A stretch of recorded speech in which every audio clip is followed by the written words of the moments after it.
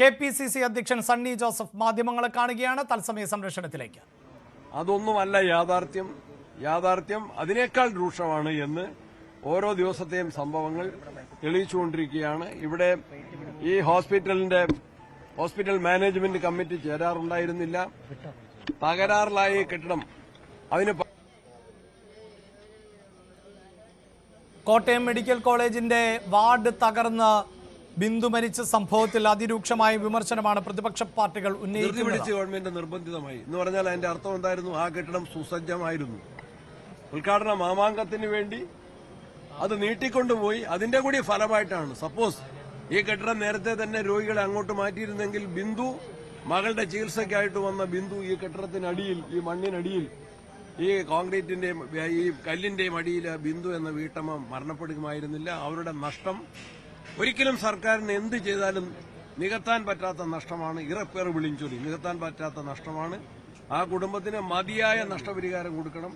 അതുപോലെ തന്നെ ബിന്ദുവിന്റെ മകൾ നഴ്സിംഗ് പൂർത്തീകരിച്ചുകൊണ്ടിരിക്കുന്നു എന്ന് മനസ്സിലാക്കാൻ സാധിച്ചു. ആ കുട്ടിക്ക് നല്ല ജോലി കൊടുത്തുകൊണ്ടും ആ കുടുംബത്തെ 5 സെന്റിൽ ഒരു ചെറിയ വീടിൽ, തേക്കാത്ത വീടിൽ, പണി പൂർത്തിയാക്കാത്ത വീടിലാണ് ബിന്ദു കഴിഞ്ഞത്. ബിന്ദുവിന്റെ ചെറിയ കൂലിപ്പണിയായിരുന്നു ആ വീടിന്റെ വരുമാനമെന്ന് മനസ്സിലാക്കുന്നു. ആ വീടിനെ സംരക്ഷിക്കാൻ സർക്കാരിന് ഉത്തരവാദിത്വമുണ്ട്. അത് ഞങ്ങൾ KPCCയും പ്രതിപക്ഷവും ശക്തമായിട്ട് തന്നെ ആവശ്യപ്പെടുകയാണ്. ഇതിലെ പ്രതിഷേധം വളരെ ശാന്തമായും ന്യായമായും നിയമപരമായിട്ടുള്ള പ്രതിഷേധവുമായിട്ട് മുന്നോട്ട് പോകും.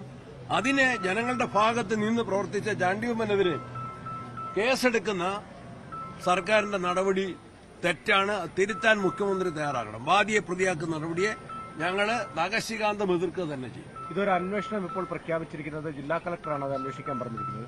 അത് മതിയോ അതോ അതിന് മുകളിലേക്ക്? ഇപ്പോൾ HMCയുടെ ചെയർമാനാണ് ജില്ലാ കളക്ടർ. അതിന് മുകളിലേക്കുള്ള ആരെങ്കിലും ഒരു കളക്ടർ ഉൾപ്പെടെ ഇതിൽ പ്രതികൂട്ടിൽ നിൽക്കുന്ന ആളുകളാണ്. അവരെ കൊണ്ട് തന്നെ അന്വേഷിപ്പിക്കണം. ഉയർന്ന തലത്തിലുള്ള അന്വേഷണം, judicial enquiry by the government is afraid of an enquiry by the judicial officer. Judicial enquiry തന്നെയാണ് ഈ കാര്യങ്ങളുടെ എല്ലാ ഭാഗങ്ങളും വെളിച്ചത്ത് കൊണ്ടുവരാൻ സാധിക്കുന്ന തരത്തിലുള്ള ജുഡീഷ്യൽ എൻക്വയറി ഞങ്ങൾ ആവശ്യപ്പെടുകയാണ്. ആരോഗ്യമേഖലയിലുള്ള പരാതികൾ വരുന്നു. പല സ്ഥലത്തും സമാനമായ രീതിയിൽ അപകടാവസ്ഥയൊക്കെയുണ്ട്. ഇതിനൊരു രാഷ്ട്രീയ പ്രതിരോധം എങ്ങനെയായിരിക്കും മുന്നോട്ട് കൊണ്ടുപോകാൻ? ഞങ്ങളെ വളരെ ന്യായയുക്തമായിട്ടാണ് ഇന്ന് തന്നെ മെഡിക്കൽ കോളേജിന്റെ മുമ്പിലേക്ക് കോൺഗ്രസിന്റെയും യൂത്ത് കോൺഗ്രസിന്റെയും ഏകോപിപ്പിച്ച മാർച്ചുണ്ട്. അത് സമാധാനപരമായി നടത്താൻ DCC പ്രസിഡന്റ് പ്രത്യേകമായിട്ട് താല്പര്യപ്പെടുന്നു. കാരണം ഇത് മെഡിക്കൽ കോളേജിന്റെ മുമ്പിലാണ്.